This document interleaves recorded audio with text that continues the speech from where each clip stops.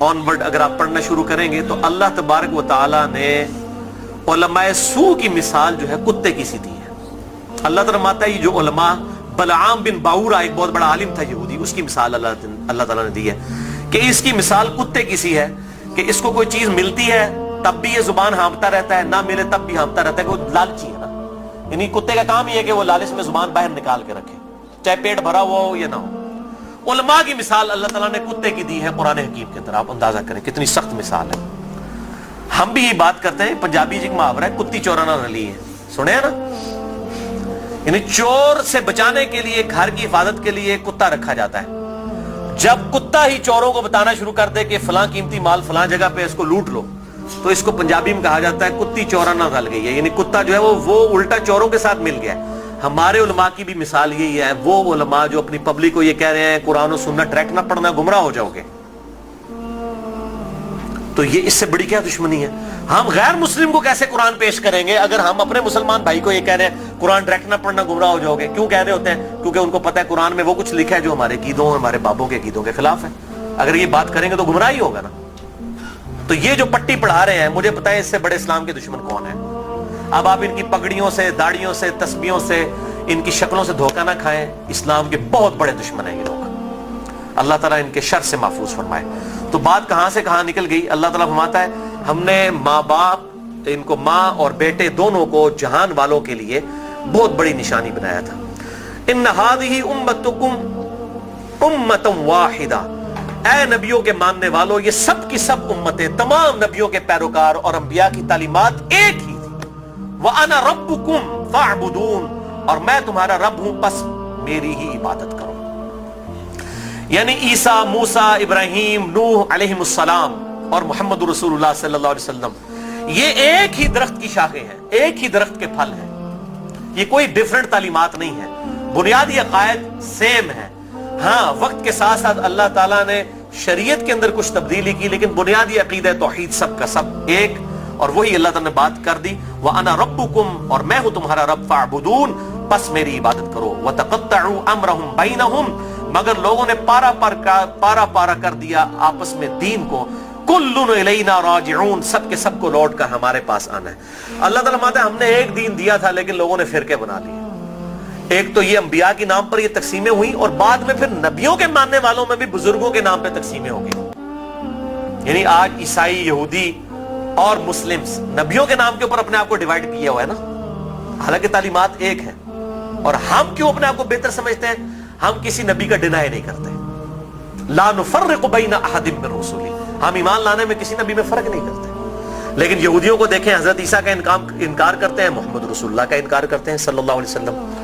عیسائیوں کو دیکھیں, حضرت موسیٰ کو بھی مان رہے ہیں, حضرت عیسیٰ کو بھی مان رہے ہیں, ہمارے نبی کا انکار کر رہے ہیں. تو انہوں نے اپنی پگڈنڈی الگ کر لی ہے.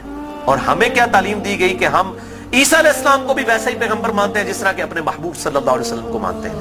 ہمارے نزدیک نبی صلی اللہ علیہ وسلم کا انکار کرنے والا بھی ویسے ہی کافر ہے جس طرح کسی ایک پیغمبر کا انکار کرنے والا کافر ہے. سیم یہ اللہ تعالیٰ نے.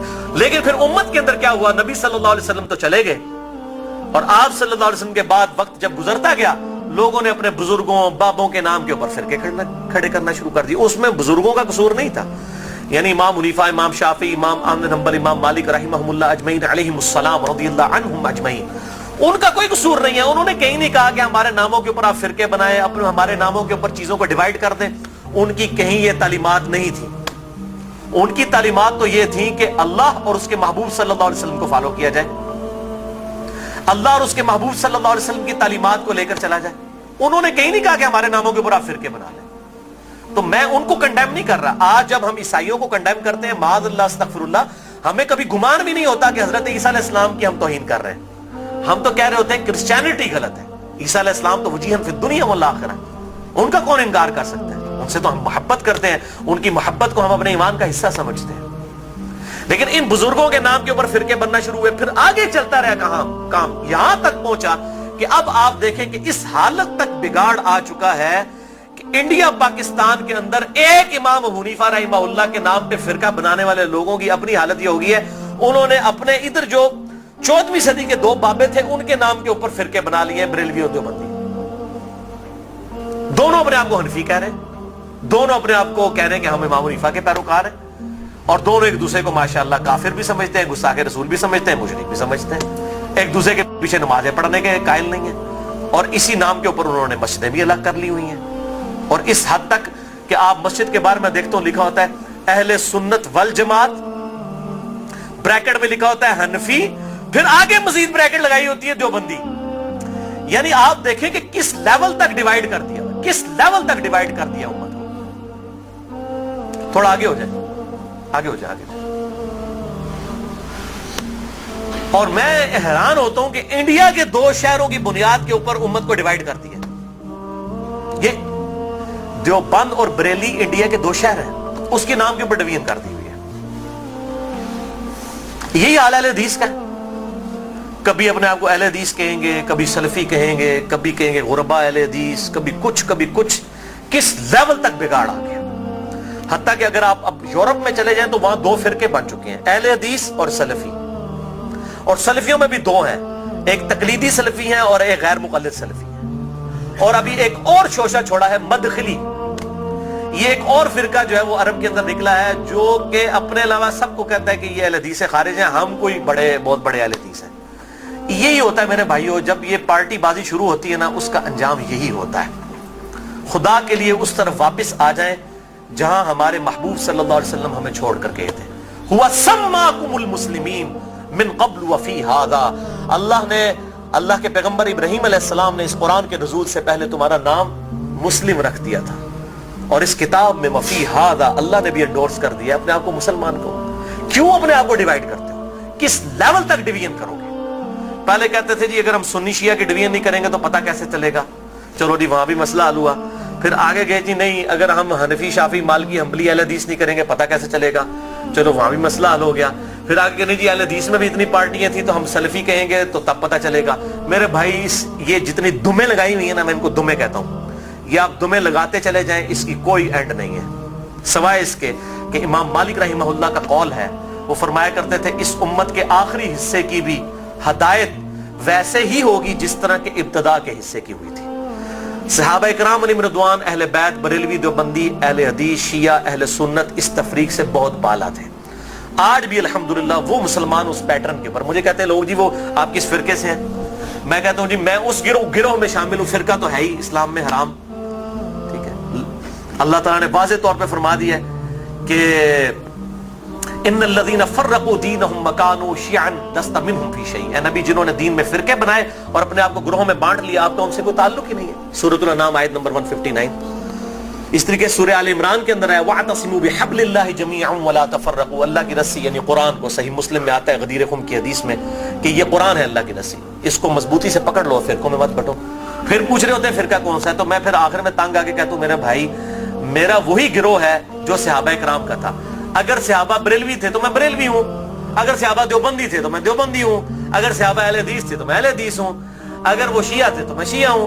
وہ کہتے ہیں نہیں جی صحابہ تے مسلمان ہی سن، لیکن ہون لوڑ پیندی ہے. تو میں کہتا ہوں میرے بھائی آج ضرورت کس طرح پڑ رہی ہے؟ اگر آج ضرورت پڑ رہی ہے تو نبی صلی اللہ علیہ وسلم کا کام تھا یہ امت کو بتا کے جاتے کہ میرے بعد یہ ہوگا تو جو اس فرقے کا نام ہوگا وہ صحیح ہوگا.